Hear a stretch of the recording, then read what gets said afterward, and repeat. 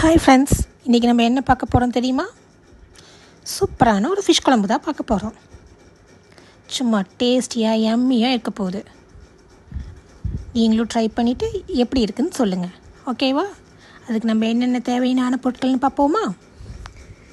சின்ன வெங்காயம், பூண்டு, மாங்காய். சின்ன வெங்காயத்தை பூண்டையும் நல்லா தட்டிக்கிங்க. கருகாப்பில், பச்சை மிளகாய், தாளிக்கிறதுக்கு கடுகு, வெந்தயம், ஜீரகம், கொஞ்சமாக சோம்பு, மஞ்சத்தூள், மிளகாய்த்தூள், மல்லித்தூள். மீன் குழம்பு மசாலா இருந்தாலும் நம்ம போட்டுக்கலாம். அதுக்கப்புறம் தக்காளி பழம் நல்லா கையில் மசிச்சுக்குங்க. தேவையான அளவு புளி, உப்பு. வாங்க எப்படி பண்ணலான்னு பார்க்கலாம்.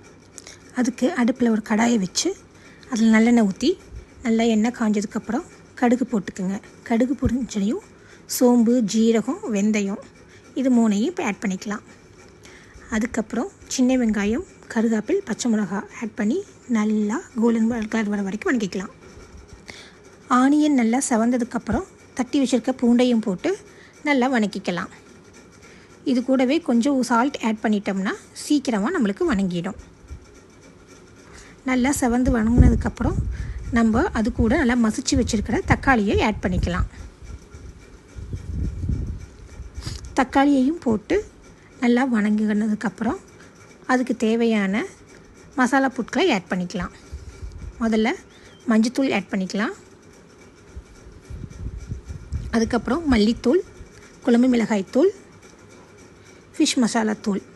இதை நாளையும் நல்லா ஆட் பண்ணி எண்ணெயிலேயே நல்லா வதக்கிக்கலாம்.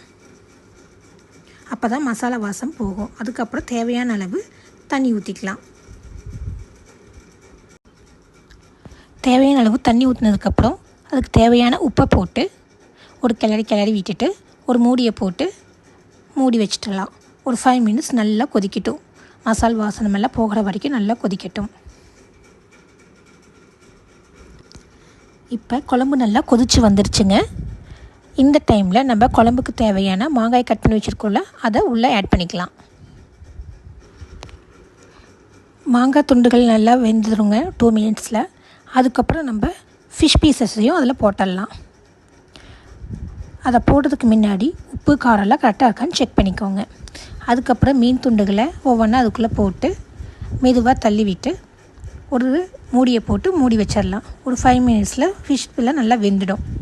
ரொம்ப கிளற வேண்டாம். கிளறினோம்னா அது உடஞ்சி போயிடுங்க.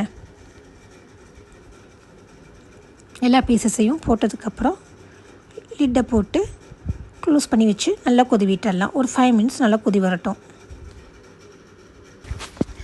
5 minutes ஆயிடுச்சுங்க. இப்போது ஃபிஷ்ஷோட போனெல்லாம் நல்லா தெரியுது. ஃபிஷ் நல்லா வெந்துடுச்சு. தேவையான மல்லித்தலையை தூவிடலாம். நம்ம ஃபிஷ் குழம்பு ரெடி. எப்படி இருக்குதுன்னு ட்ரை பண்ணி பார்த்துருவோமா? வாங்க. நீங்களும் ட்ரை பண்ணி பார்த்துட்டு எப்படி இருக்குதுன்னு கமெண்ட் பண்ணுங்கள்.